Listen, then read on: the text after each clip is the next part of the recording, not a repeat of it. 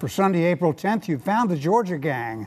Topping our agenda today, the courts releasing illegal aliens at a record pace. The Atlanta Hawks land in Brookhaven. And we'll discuss the state of civility in today's American public life. Some of the stories up for grabs on the Georgia gang. From the Fox 5 studios, the Georgia gang starts now. And good morning. We're glad you could be with us. Just a point of moderator's privilege, I would like to point out that the pollen season has hit us hard. Certainly has hit me. Anybody else? Oh yeah, it's all over it. Absolutely. I'm not sure how many remedies you can take. Get stock in Claritin. There it is. And another observation, we tape on Fridays. I've got the solution to Atlanta's traffic problems. Solve the whole deal. Spring break, 52 weeks a year. There you go. Nobody work? Nobody work? Well, there's no traffic. Yeah. Whatever it is, there's no traffic. That's right. So anyway, all right, let's get down to the business at hand. Georgia used to say, in terms of education and so forth, thank God for Mississippi. You know what? We're saying it again. That's right. Because Governor Deal's, quote, heroic veto of the Religious Freedom Act, which is nothing more than federal law, right? Well, has now been one-upped in Mississippi, where Governor Phil Bryant has signed a tougher Religious Freedom Act, and Georgia's now poaching business from Mississippi. Well, that's right. I guess we're all about the buck and not the principle. Well, that's right. The Mississippi law is different from what Governor Deal vetoed here recently, because it does affect private businesses in terms of trying to protect the people of faith who have sincere beliefs, who fear they may be discriminated against. But the poaching is right. In fact, just coincidentally, this is the last day of the annual Red Carpet Tour, and they go around the state and they end up over in Augusta at the Augusta National, the Masters. And of course, the state chamber and other agencies are feeding all of these executives who want to locate industries here, who want to expand them. So this is a big talking point over in Augusta, especially. Right. Well, and they're also going after the business in North Carolina, which passed a similar. And there's more business to go after in North Carolina. You're exactly right. Then, of course, there is in Mississippi. You can't name a lot of Fortune 500 But, you know, you make the companies there. point. I want to make the point I make all the time. Mississippi legislation goes a little far, for my taste.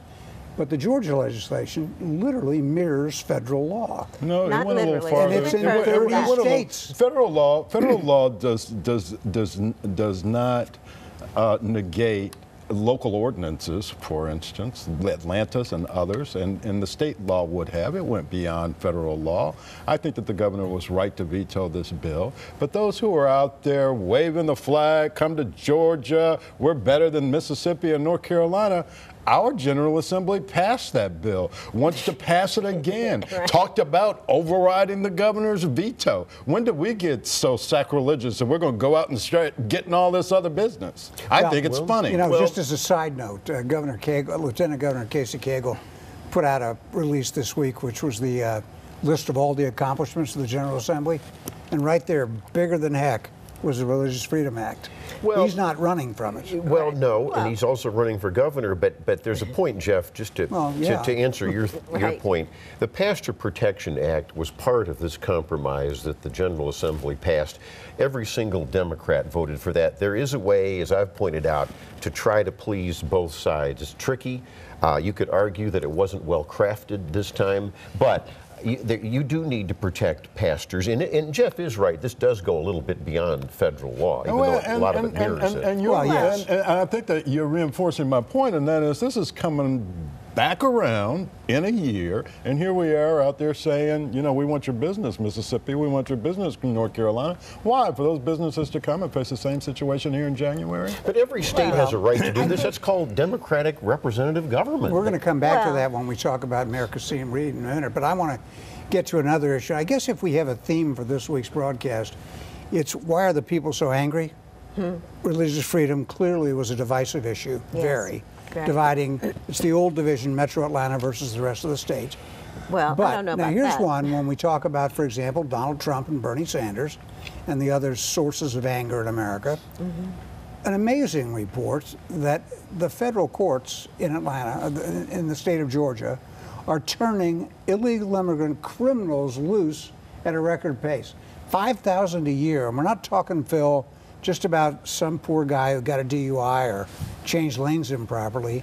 These are rapists and assault people, and you know. Well, they are. These are, a lot of them have felonies. You're absolutely right. And, That's the word. And this goes directly to the Obama administration. It goes directly to his unconstitutional executive order of 2012 that's being fought in the courts. He's telling the ICE, Immigration Control Enforcement, that we're going to release these people. They're deferred action, which is, again, going to be settled in the courts.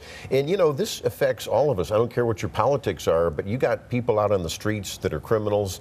It's again, why Barack Obama has high unpopularity. Yeah, we got a lot of rates. Americans out on the street who are criminals. The fact of the matter is that Barack Obama has deported more illegal immigrants than any president That's in not American true. history. That's not Oh, true it is. anymore. Give me True. the It's not number. enough. True. Yeah. What do you mean anymore? gone It's down. always been It's true. go- No. it's gone I'm down. talking about the cumulative total. Right. He has deported more illegal aliens than anybody else. Now, maybe it wasn't as many this year as last year, He's Phil. reduced it since his re-election and go to the Well, Center but wait, for and Immigration And here's Studies. another point Because that there I'd are like to fewer be able to coming make. in. You got somebody in jail on a DUI or lane change, as you say, because he's illegal and he's in jail, and I'm supposed to buy him breakfast, lunch, and dinner. That's what we're supposed to be doing. We want to support these people in jail on a traffic They should be violation. deported. They should be deported. Is the Deport point. them, but there is a cost to taxpayers of having these people in jail, and I think that the president realizes that. I think ICE realizes it, and it's something we got to do about. I think that's a we sideline. shouldn't be It's in not the a position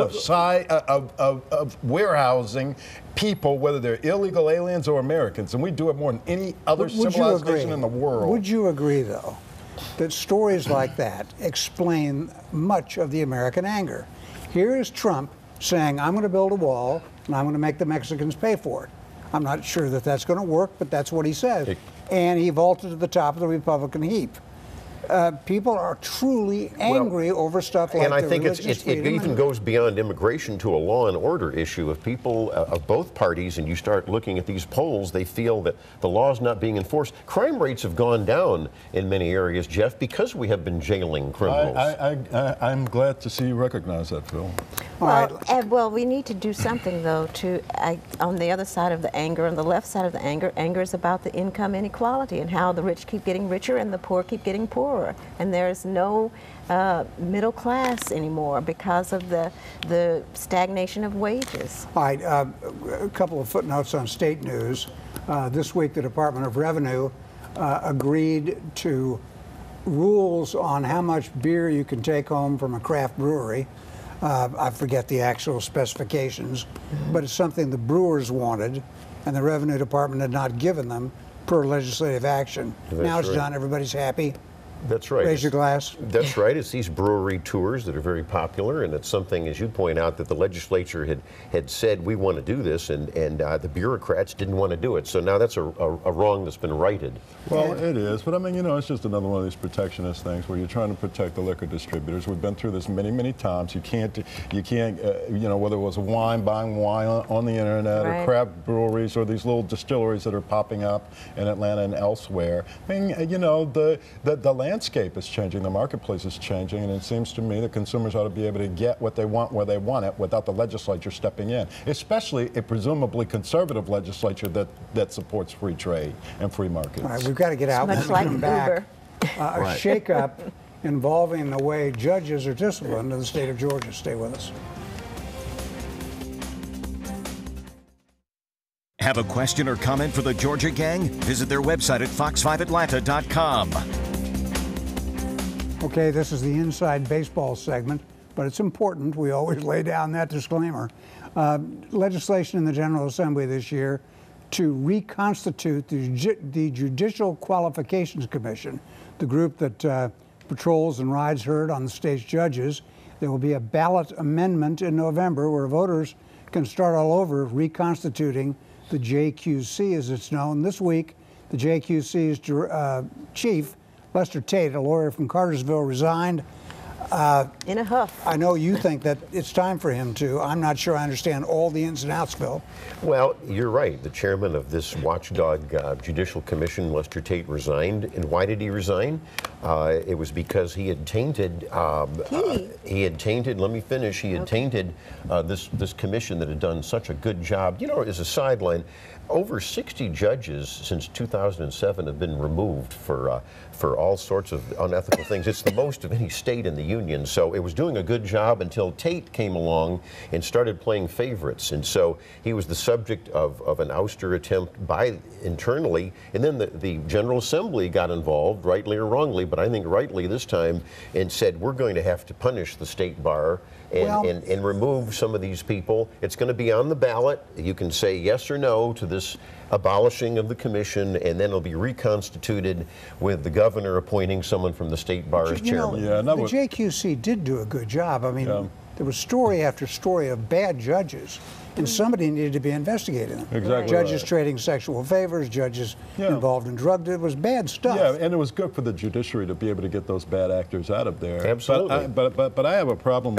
with the Georgia General Assembly stepping in and politicizing this thing and taking over essentially, and would urge voters to vote no on this thing coming up. And I think that Lester Tate was exactly right. All they're doing is over politicizing an office that's been doing a very good job on its own. I do not trust the Georgia General Assembly to run it in a non-political way, and I think that it was much better off independent and should continue to be. Do you remember Judge C.J. Becker? I do remember County? Judge C.J. Becker. And this is where Tate got in trouble. He brought her in under false pretenses and was questioning her, and then decided, based on these testimonies of her, to remove her. And everyone criticized indict her and force her out. And everyone said that Tate was playing favorites and violated judicial ethics. But this judge went back on her word to give, immunity for... But that's not what she was charged with. Yeah, and there were other but improprieties. And the fact of the matter is, that she instead of facing that indictment, what did she do? She left the judgeship. She resigned. So obviously there was something going on there with C.J. Becker that warranted her removal from the judiciary. However, even, and if you read the Fulton Daily Report, the legal organ, you would realize that this is where the criticism of Tate really mounted, because he abused the process and it became a star chamber. Let's change the subject back to the city of Atlanta. Mayor Kasim Reed this week announced a ban on official travel to the state of North Carolina over this religious freedom mess and the North Carolina law that protects single gender bathrooms. In other words, what you're born with, that's where you go. And Kasim Reed has barred essential travel. What if the rest of the nation barred travel to sanctuary cities? How would Kasim Reed feel about that? You're making a good point. This is supposed to be the United States of America, and different states have different laws. They ought to be respected. We may not like these laws. Segregation laws? You know what? You always play that card, which is so ridiculous. Is it ridiculous, really? When I was living in to Michigan and I was driving down here at the age of 5 to Georgia and couldn't stop at a hotel, you think that that's ridiculous? There are ways we should respect Georgia's laws. That was changed by the Come federal on, government. give me a break. You know, if you want to change something, if you want to change something like that, you can change it. Well, the but you federal don't do government what has Nick is saying. You changed don't this law, boycott. You don't start picking and childish choosing. behavior by the mayor of a great city. It is not childish at all. I'm glad that he behavior. did it, but we're talking about economic Look, boycotts. wait a minute, Let me invoke a name while we're talking about economic boycotts. I don't want to go back 250 I'm not going to go back to this week. News. Let's go back to this week. Josh McCoon said he's not going to go to a Hawks game, Braves game, Falcons game because of the role that they played in blocking his legislation, right? And so he obviously believes in economic boycotts. Right? You know, we agree with that? You know what? I think it's wrong. I think you get my point. I think you get my point. It's wrong on both sides. When you start playing this game, you're right. Kasim Reed, it's a childish thing. What I want is priorities. You can't turn on the news these days without seeing some Atlanta neighborhood, north side, south side, parks, backyards, flooding because of the city's messed up infrastructure. And here's Kasim Reed grandstanding and boycotting North Carolina while he can't fix the sewage. We got overflows we got a in $250 million people's bond referendum to fix those things. They are at work right now. And the Fed, this is only official travel to North Carolina. I think it sends a clear statement that the city of Atlanta doesn't want to be involved in those kinds of politics, and it makes perfectly good sense to me. And if an economic boycott is good for Josh McCoon, it ought to be good for the mayor of the city of Atlanta. Thank you very much. So two wrongs are okay. They're not change wrong. the subject to a city They're both right. That's Josh McCoon's prerogative, isn't it? Not to go to a Braves game? It is. I think when you're talking about Actually, he's right this year. I think when you talk about governments trying to do this thing, it fosters disunity in this country. Well, let's talk about fosters disunity let's talk is the about bill in the cities. first instance. But let's talk about cities that work. Let's talk about cities that work. All right. They're called new cities, and they're closer to the people. Oh. So what do we have this week? Emory University bought 60 acres in Brookhaven, in what we used to know as Executive Park. And Emory bought that because a couple of years ago, the people who were the stakeholders in that section of DeKalb County said, we want to be part of the city of Brookhaven.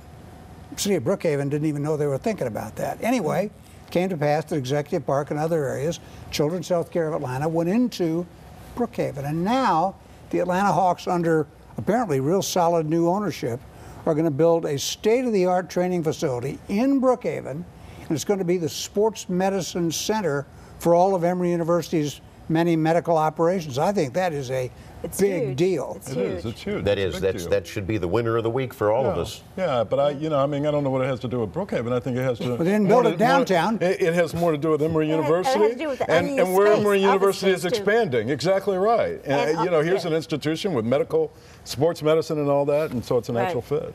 And they're bringing some California training facility called P3, which does wonders with injured athletes and so forth. Yeah. They're bringing a branch of that, first ever, into that part of Metro Atlanta, specifically Brookhaven. All right, when we come back, we're going to talk some politics and my word of the week, children, civility. Stay with us.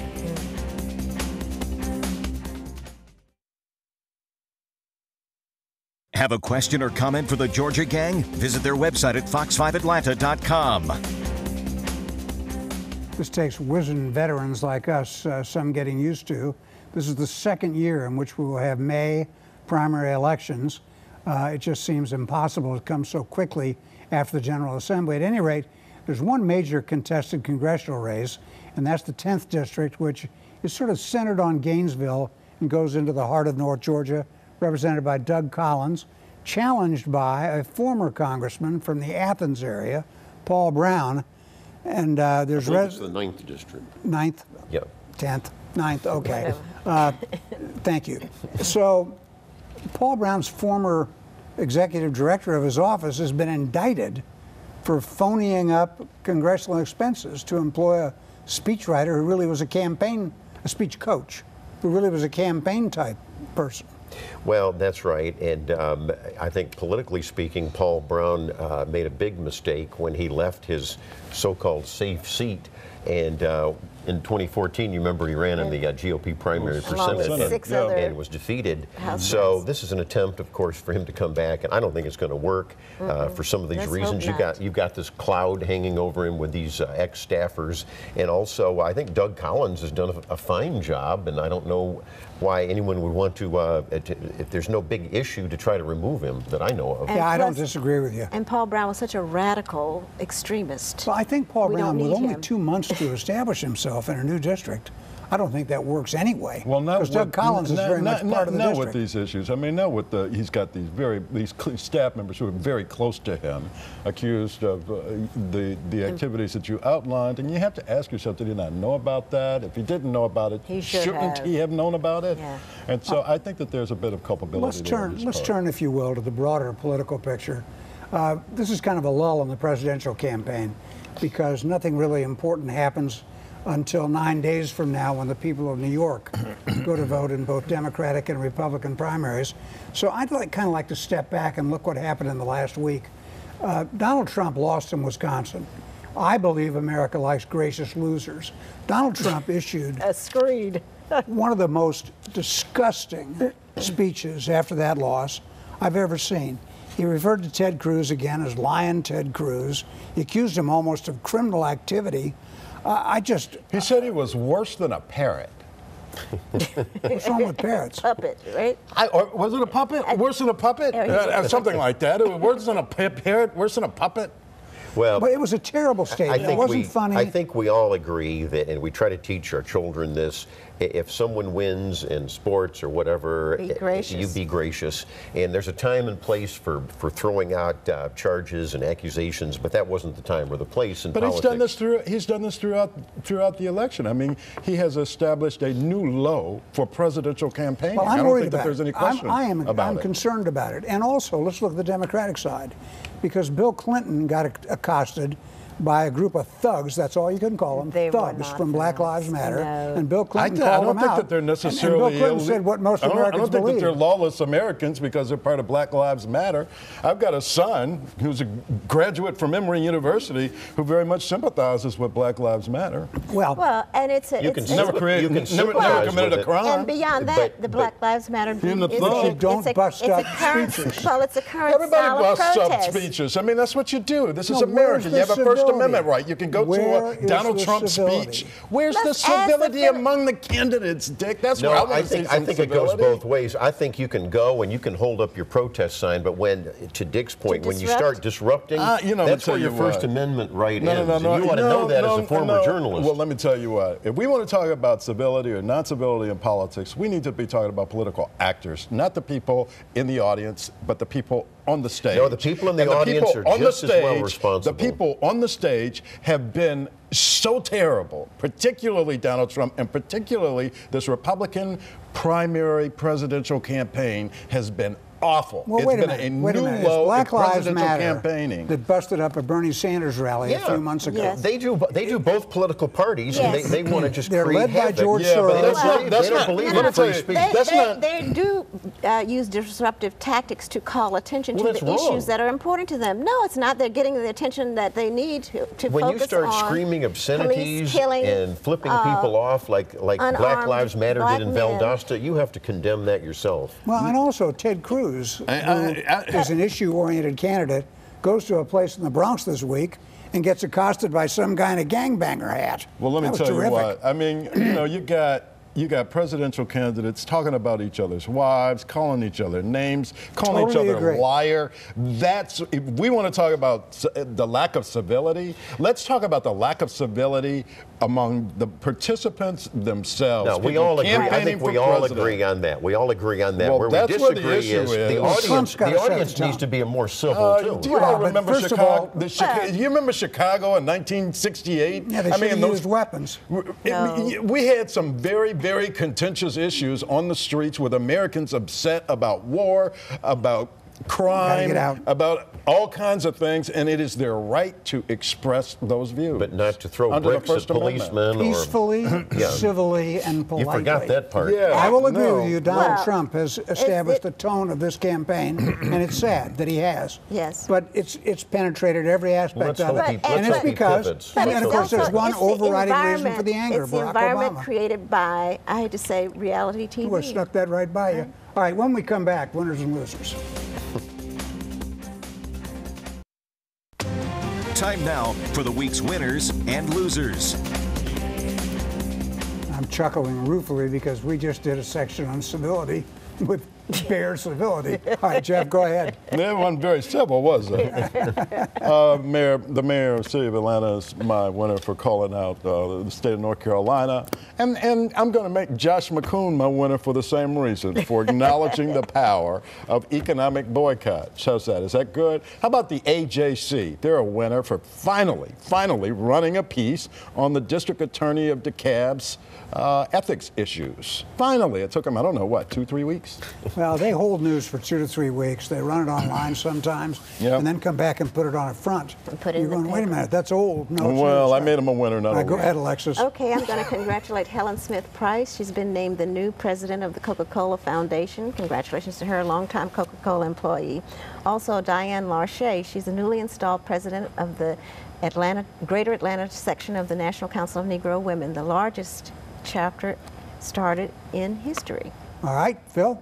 You know, I've got a couple. I've got losers, Mayor Rusty Paul of Sandy Springs and Graham McDonald, the ex-councilman. They forced a special elections, cost over $100,000. They didn't need to do this. They had to reopen the qualifying. That's even more of a mess, and I understand the U.S. Justice Department may be questioning Over it. that Banana Republic aspect. That was your point last week. You know, I think you'll all agree, we all knew the great Hal Gulliver, used to be editorial page editor of the Atlanta Journal. We lost Constitution. him. Constitution, excuse me. Right, when Excuse they were me. separate. Yeah, we lost him at age 80, Dick, and he was Well, he was an friend of yours. old-fashioned, colorful Southern newspaper editor of the kind that you don't see much anymore. No, absolutely. And when he left, the paper went hard left. The Constitution, the morning paper, has never yet recovered from that switch from a moderate Southern Democrat to a hard left radical leadership. Okay? And that could am be I a good next? thing Oh, in well, some I've said people's my piece. opinion. Best story of the week. Indiana University, alert, tweets, a whole thing, because somebody said the Klan was on the campus in Bloomington, Indiana. No, it was a priest in white robes, probably a Franciscan or Dominican. And he had a rope for a belt, as monks have traditionally worn. And the students there were so ignorant, they thought it was a Ku Klux Klansman, and Mercy they needed me. protection. Oh, my. Ah, the world. See you next week on the Georgia Gang. Young folk, I'm telling you. The opinions expressed in this broadcast are those of the panelists appearing in this program.